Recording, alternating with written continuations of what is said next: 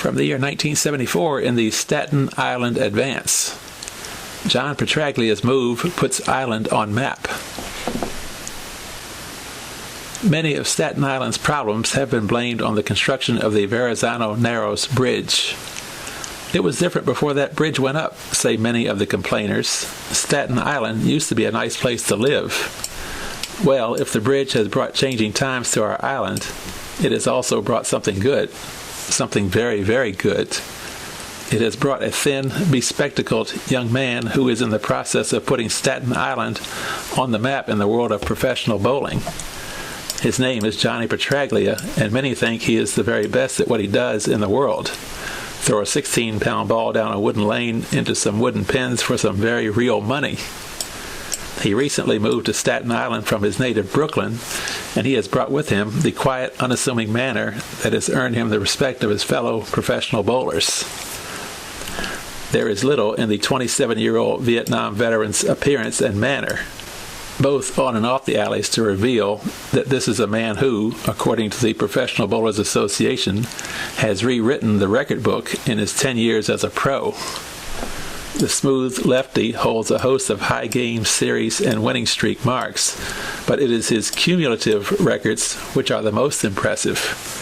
He has won 11 major championships, earned a career total of $244,347, set the standard for winnings in a single season with $85,065, and captured 5 consecutive major titles.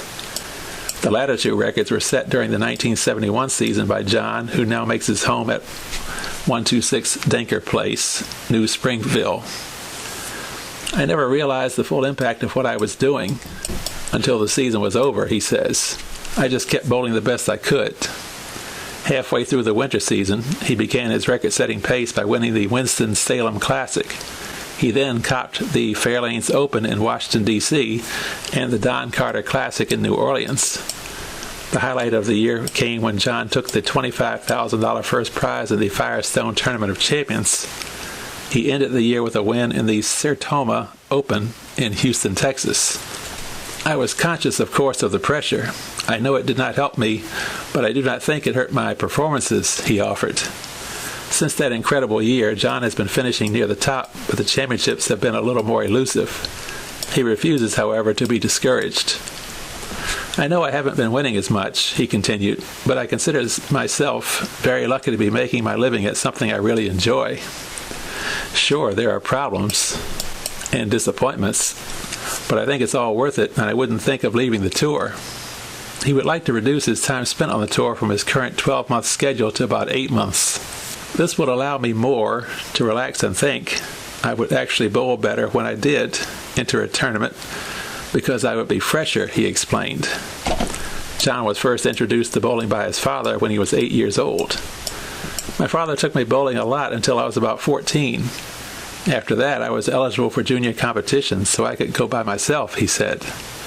During these teenage years, John pursued his hobby, and it was here that the idea to turn pro first took hold.